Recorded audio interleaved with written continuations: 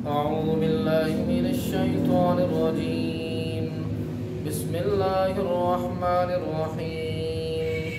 والعصر إن الإنسان لفي خسر إلا الذين آمنوا وعملوا الصالحات وتواصوا بالحق وتواصوا بالصبر. صدق اللہ العظیم.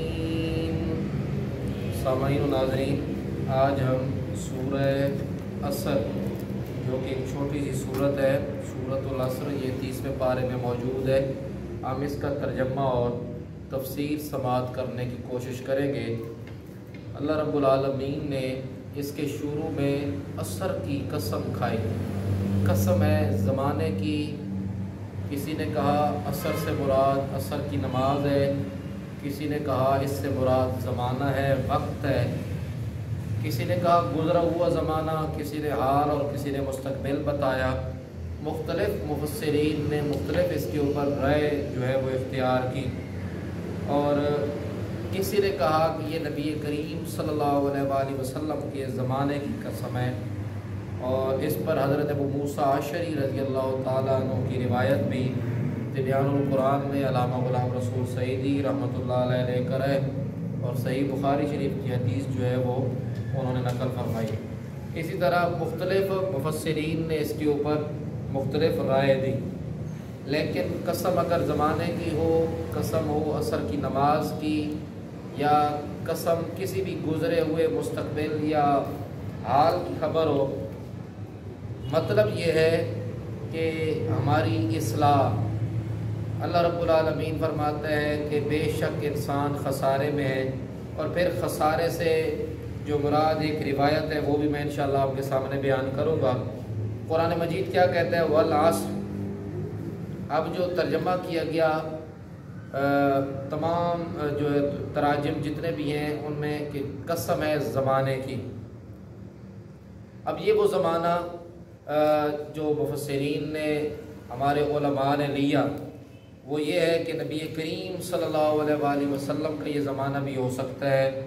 یعنی آپ صلی اللہ علیہ وآلہ وسلم کا زمانہ سب سے افضل و اعلیٰ، جس میں آپ صلی اللہ علیہ وسلم موجود تھے، اور ہر زمانے کو آپ صلی اللہ علیہ وآلہ وسلم سے نسبت ہے. حضرت ابو موسیٰ اشعری رضی اللہ تعالیٰ عنہ بیان فرماتے ہیں، بخاری شریف کی حدیث ہے، نبی کریم صلی اللہ علیہ وآلہ وسلم نے ارشاد فرمایا، مسلمان اور یہود و نصارہ کی مثال اس طرح ہے کہ جیسے ایک شخص نے کچھ لوگوں کو اجرت پر رکھا کام کے لیے، اور انہیں کہا کہ تم لوگوں نے صبح سے لے کر رات تک کام کرنا ہے، لیکن ابھی دوپہر ہی نہیں ہوئی تھی، یعنی دن آدھا ہی نہیں گزرا تھا کہ وہ جو پہلے لوگ تھے وہ چھوڑ کر چلے گئے اور بغیر اجرت حاصل کیے، یعنی انہوں نے اپنی اجرت نہیں لی اور انہوں نے کہا جی ہمارے سے آگے کام نہیں ہوتا، اور وہ چھوڑ کر چلے گئے. یہ آپ صلی اللہ علیہ وسلم نے یہود و نصارہ کی جو ہے وہ مثال بیان فرمائی. پھر کچھ لوگوں کو اجرت پر رکھا گیا اور انہوں نے ظہر سے لے کر عصر تک، یعنی جو بقیہ دن کا حصہ تھا، عصر تک کام کیا، اور پھر وہ بھی چھوڑ کر چلے گئے. اور عصر سے مغرب تھوڑا سا جو وقت تھا اس کے اندر جن لوگوں نے کام کیا، آپ صلی اللہ علیہ وآلہ وسلم نے ان لوگوں کی مثال اپنی امت یعنی مسلمانوں کی مثال بیان فرمائی. فرمایا وہ جو پہلے دونوں لوگ تھے جو صبح کام کرنے والے، پھر دوپہر والے کام کرنے والے، جو چھوڑ کے اجرت چلے گئے، ان کی اجرت جو ہے وہ مسلمانوں کے حصہ میں آ گئی. تو آپ صلی اللہ علیہ وآلہ وسلم نے اپنی آخری امت کی مثال، اپنی پیاری امت کی مثال اس طرح ارشاد فرمائی. فرمایا ان کے لیے وقت کم ہے لیکن ان کے لیے اجرت زیادہ ہے. یہ عبادت کم کریں گے لیکن ان کو مقام زیادہ ملے گا. تو آپ صلی اللہ علیہ وآلہ وسلم کی اس روایت سے مفسرین کہتے ہیں کہ والعصر سے مراد بھی نبی کریم صلی اللہ علیہ وآلہ وسلم کا زمانہ ہے، کیونکہ ہر چیز کو حضور سے نسبت ہے، اور جس چیز کو حضور سے نسبت ہو گئی، وہ زمانہ ہو، وہ کتاب ہو، وہ کوئی بھی چیز ہو، وہ ساری چیزوں سے اعلیٰ ہو جاتی ہے. جس طرح کہ قرآن مجید میں لا اقسم بہذا البلد، قسم ہے شہر مکہ کی، یا اسی طرح جو ہے لعمرک کے الفاظ ہیں، تیری عمر کی قسم، تیری زندگی کی قسم. یعنی آپ صلی اللہ علیہ وآلہ وسلم کی زندگی کی قسم، آپ صلی اللہ علیہ وسلم کے شہر کی قسمیں اللہ تعالیٰ نے آپ کی نسبت کی وجہ سے کھائیں، مطلب یہ ثابت ہے کہ جو زمانہ آپ صلی اللہ علیہ وآلہ وسلم سے منسوب ہو جائے وہ زمانہ سب سے اعلیٰ جو وہ قرار دیا جاتا ہے، اور اس کی قسم کو جو ہے وہ رد نہیں کیا جا سکتا۔ اور اس سے ایک بات جو مفسرین نے کہا کہ اس سے مراد عصر کی نماز کا وقت، چونکہ اس وقت جو ہے وہ دن جانے کو ہوتا ہے اور جو رات آنے کو ہوتی ہے، دن جا رہا ہوتا ہے، تو عصر کی نماز کا وقت جو ہے وہ اس سے یہ بھی مراد ہے۔ اور قرآن مجید کہتے ہیں حافظوا علی الصلوات والصلاۃ الوسطی، یعنی اس کو ایک اسپیشلی قرآن مجید نے بیان فرمایا۔ والصلاۃ الوسطی سے مراد یہ جو درمیانی نماز، فجر اور ظہر پہلی دو نمازیں، مغرب اور عشاء آخری دو نمازیں، تو عصر کی نماز والصلاۃ الوسطی ہے۔ اور تقریباً بہت سارے مفسرین نے والصلاۃ الوسطی سے مراد عصر کی نماز لی ہے۔ تو قرآن مجید میں بھی یہ اس نماز کو جو ہے اس وقت کو بیان کیا گیا۔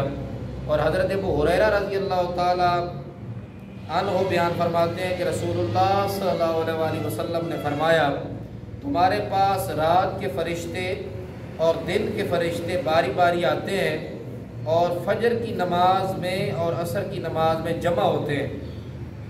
پھر جو فرشتے تمہارے پاس رات میں تھے وہ اوپر جاتے ہیں، ان سے ان کا رب سوال کرتا ہے، حالانکہ وہ ان سے زیادہ جاننے والا ہے۔ وہ فرماتے ہیں تم نے میرے بندوں کو کس حال میں چھوڑا؟ وہ کہتے ہیں جب ہم نے ان کو چھوڑا تو وہ نماز پڑھ رہے تھے، اور جب ہم ان کے پاس آئے تھے اس وقت بھی وہ نماز پڑھ رہے تھے۔ مطلب یہ ہے کہ جب وہ فرشتے اللہ رب العالمین کی بارگاہ میں جاتے ہیں تو اس وقت بھی مسلمان مومن جو ہے وہ نماز میں ہوتے ہیں، اور جب وہ آئے تھے تو اس وقت بھی وہ نماز کی حالت میں ہی تھے۔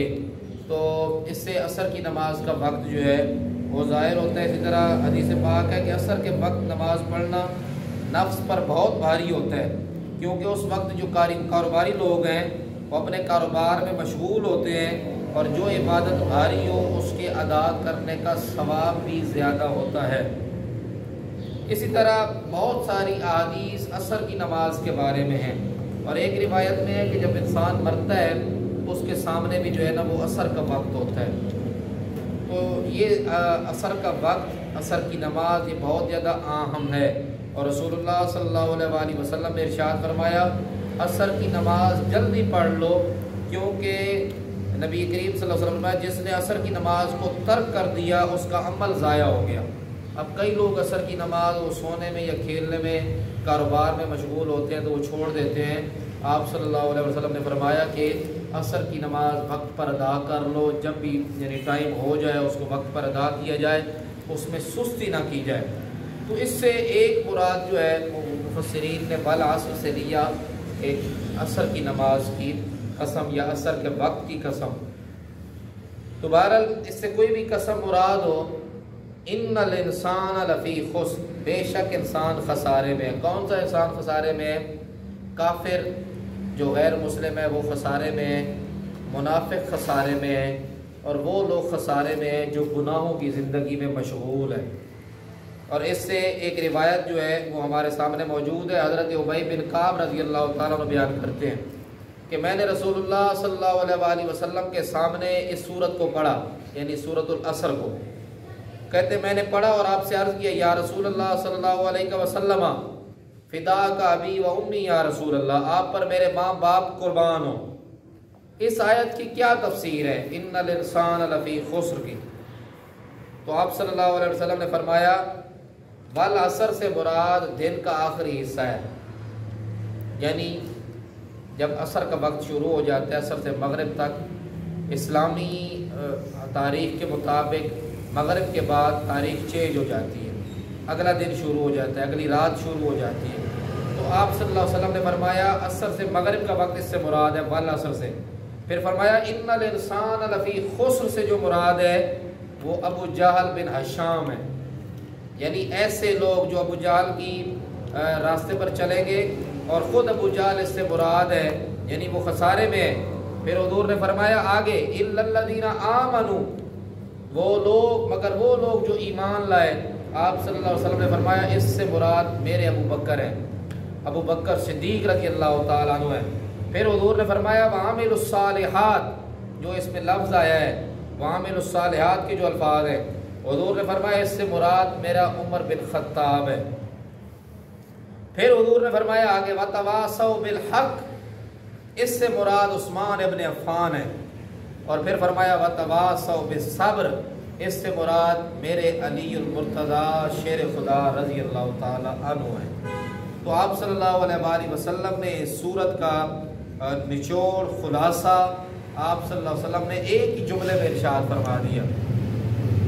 خسارے میں وہ لوگ ہیں جو کافر ہیں، جو غیر مسلم ہیں، جو منافق ہیں اور جو گناہوں کی زندگی میں مشغول ہیں اور پڑھ کر بھی، سن کر بھی، سمجھ کر بھی وہ ایمان نہیں لاتے، وہ لوگ خسارے میں ہیں۔ مگر الا الذین آمنوا، مگر وہ لوگ جو ایمان لے آئے، وعملوا الصالحات اور نیک اعمال کیے، وتواصوا بالحق، وہ اور حق کی تلقین کرتے رہے، وتواصوا بالصبر، صبر کی تلقین کرتے رہے۔